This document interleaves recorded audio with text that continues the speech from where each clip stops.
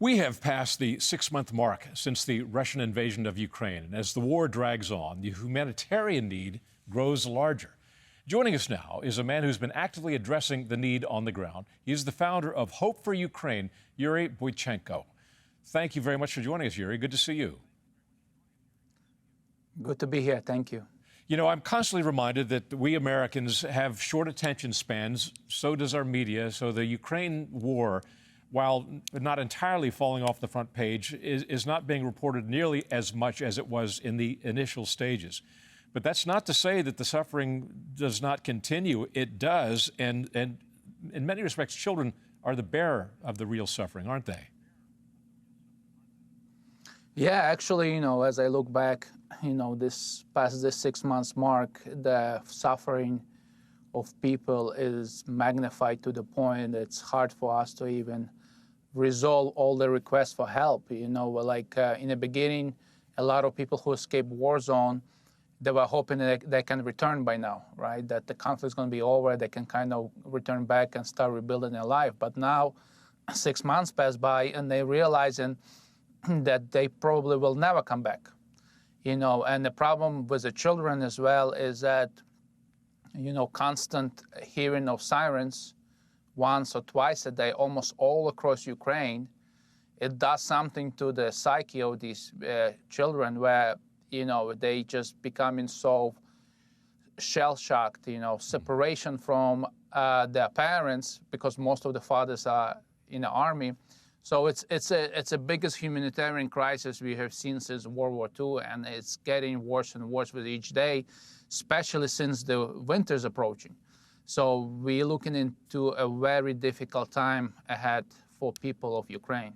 Just as it is in the United States for many school children, this is the mark of the return of school for many Ukrainian children. UNICEF is reporting on their website, quote, 4 million children in Ukraine. The mood is one of trepidation. Children are returning to schools, many of which have been damaged during the war, with stories of destruction, uncertain if their teachers and friends will be there to welcome them. Many parents are hesitating to send their children to school, not knowing if they will be safe. Is that something you're seeing as well?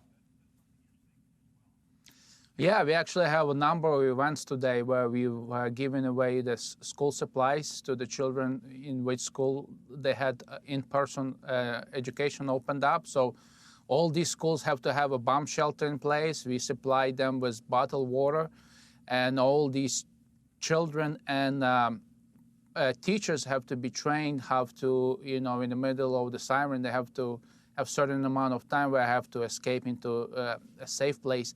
So, it was a kind of like a good moment where kids can return back, but it's never going to be the same because some kids are even afraid to come back, so they will stay remote. But the ones who are back in person learning on the western part of Ukraine, it's constant uncertainty if my school day will finish, how many times during my school time I have to be in a bomb shelter. Mm-hmm. So tell me what it is your organization does precisely. So we've been in Ukraine since 2016, and ever since the war broke out, full-scale war in February, we've been actively involved in feeding people. Right now, we have supplied over 26 million meals in Ukraine ever since February. On average, we provide groceries for about 1,500 families each week. We were fortunate enough when the war started, we purchased over 600 tons of groceries from Europe, and we were able to bring it to our center in Lviv. And from there, we distribute food all across Ukraine.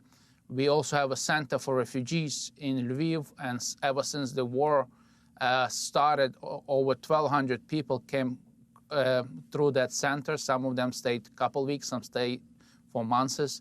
And we're also involved in rescue missions where we send teams out to what we call the zero line and try to rescue those civilians who left behind, who have no means to escape.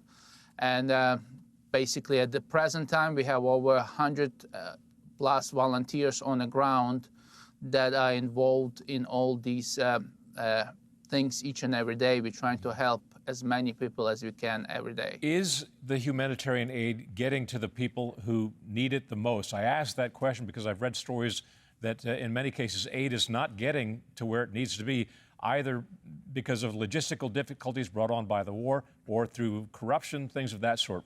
What are your thoughts about that? So I can only speak for ourselves, for our organization. So we post everyday updates. You can go to our website, hfu.org, and every day you can see updates, what we have been doing with the aid, with donations that people have been given to us. And we bring in aid to places like recently we had to get boats. There is a place in Ukraine where there's all bridges destroyed and we had to get a boat, put the food on a boat. And the only way to get food to these people is by boat. You know, sometimes we have to use bicycles, motorcycles.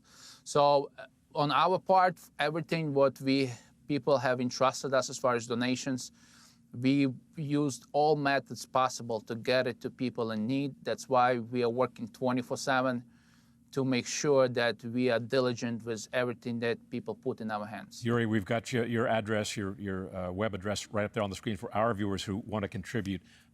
Thank you for your contribution. Keep up the great work. Good to talk to you, sir. Thank you so much.